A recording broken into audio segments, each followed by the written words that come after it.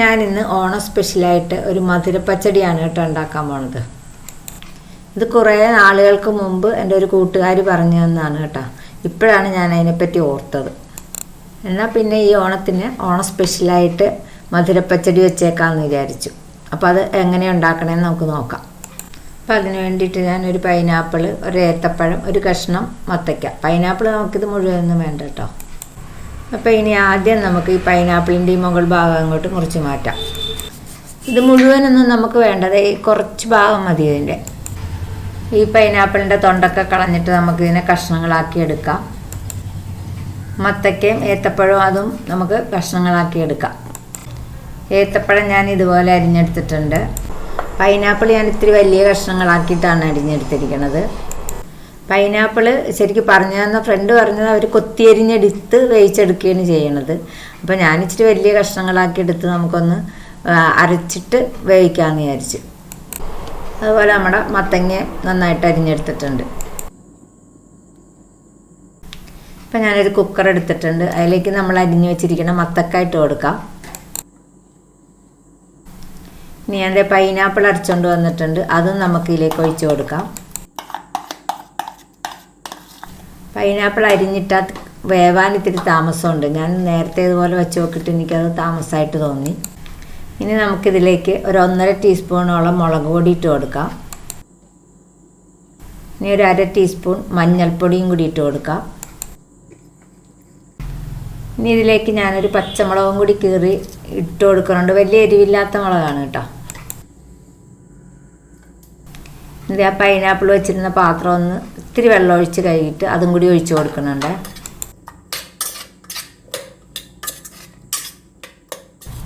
ഇനി നമുക്ക് ഇതിനെ വേവിക്കാൻ വയ്ക്കാം.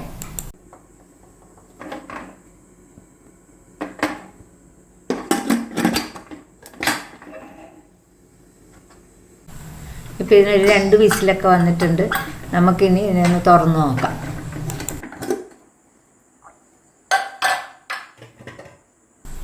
എല്ലാം നന്നായിട്ട് വെന്തിട്ടുണ്ട്. നമുക്കിതിനെ ഒന്ന് മത്തക്ക കഷ്ണമൊക്കെ ഒന്ന് ഉടച്ചു വിടാം.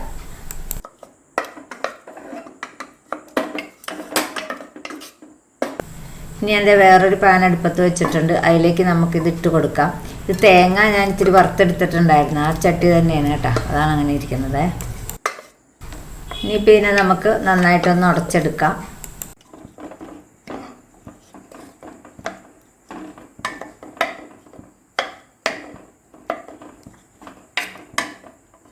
അപ്പം നമ്മൾ അരിഞ്ഞു വെച്ചിരുന്ന പഴം കൂടി നമുക്ക് ഇനിയിപ്പോൾ ഇതിലേക്ക് ചേർത്ത് കൊടുക്കാം.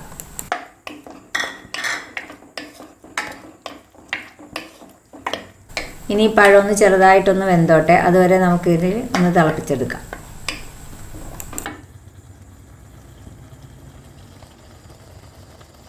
അപ്പോൾ നമ്മുടെ പഴമൊക്കെ ചെറുതായിട്ടൊന്ന് വെന്തിട്ടുണ്ട്. ഞാൻ കുറച്ച് ശർക്കരപ്പാനി എടുത്ത് വെച്ചിട്ടുണ്ടായിരുന്നു. അത് നമുക്കിതിലേക്ക് ഒഴിച്ചു കൊടുക്കാം.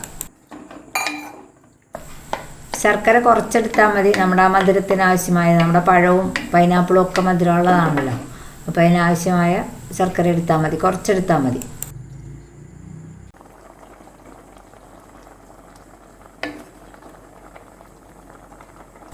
ഇതിപ്പോൾ ഒരു 5 മിനിറ്റോളമായി തിളയ്ക്കാൻ തുടങ്ങിയിട്ട്. അത് ഒരിത്തിരി കൂടി ഒന്ന് വറ്റിക്കോട്ടെ.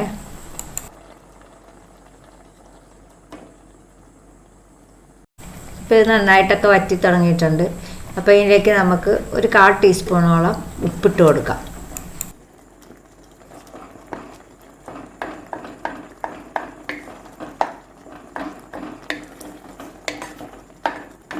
ഇതിപ്പോൾ നന്നായിട്ട് തന്നെ വറ്റി തുടങ്ങിയിട്ടുണ്ട്. അപ്പോൾ ഇതിലേക്ക് ഞാൻ നേരത്തെ തന്നെ വറുത്ത് വെച്ചിരുന്ന ഒരു 4-5 ടേബിൾ സ്പൂണോളം ഉണ്ട് ഈ തേങ്ങ നമുക്ക് ഇതിലേക്ക് ഇട്ട് കൊടുക്കാം. ഇനി ഇതെല്ലാം കൂടി നമുക്കൊന്ന് നന്നായിട്ടൊന്ന് ഇളക്കി യോജിപ്പിച്ചെടുക്കാം. അപ്പോൾ ഇതെല്ലാം കൂടി നന്നായിട്ടൊക്കെ യോജിപ്പിച്ചെടുത്തിട്ടുണ്ട് നമുക്കിനി തീ ഓഫ് ചെയ്യാം. അപ്പോൾ നമുക്കിനി ഇതിലേക്ക് ഇത്തിരി വറുത്തിടാനും കൂടി ഉണ്ട്. ഇപ്പോൾ ചീനച്ചട്ടി അടുപ്പത്ത് വെച്ചിട്ടുണ്ട്. അത് ചൂടായിട്ടുണ്ട്. അതിലേക്ക് കുറച്ച് വെളിച്ചെണ്ണ ഒഴിച്ച് കൊടുക്കാം നമുക്ക്. ഇനി ആ എണ്ണ ഒന്ന് ചൂടായി വരട്ടെ. ഇനി നമുക്കിതിലേക്ക് ഒരു 1/2 ടീസ്പൂണോളം കടുക് ഇട്ട് കൊടുക്കാം.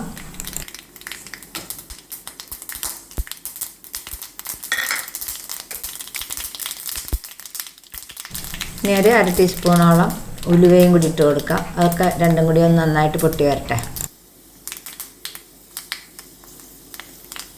ഇത്തിരി വറ്റൽ മുളകും വേപ്പിലയും കൂടി ഇട്ടിട്ട് വറുത്ത് നമുക്ക് ഇതിനെ അതിലേക്ക് ഒഴിക്കാം.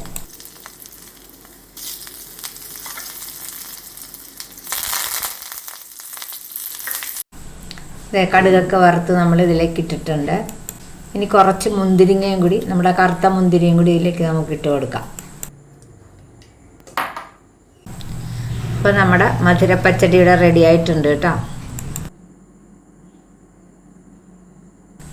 അപ്പോൾ ഓണസദ്യയുടെ കൂടെ കഴിക്കാൻ പറ്റിയ ഒരു മധുരപ്പച്ചടിയാണിത്. അപ്പോൾ എല്ലാവരും ഒന്ന് ഉണ്ടാക്കി നോക്കണേ. വീഡിയോ കണ്ട് ഇഷ്ടപ്പെടുകയാണെങ്കിൽ ഒന്ന് ലൈക്ക് ചെയ്യാനും കമൻറ്റ് ചെയ്യാനൊന്നും മറക്കരുത് കേട്ടോ. സബ്സ്ക്രൈബ് ചെയ്യാത്തവരാണെങ്കിൽ ഒന്ന് അതും കൂടി ചെയ്തേക്കണം കേട്ടോ.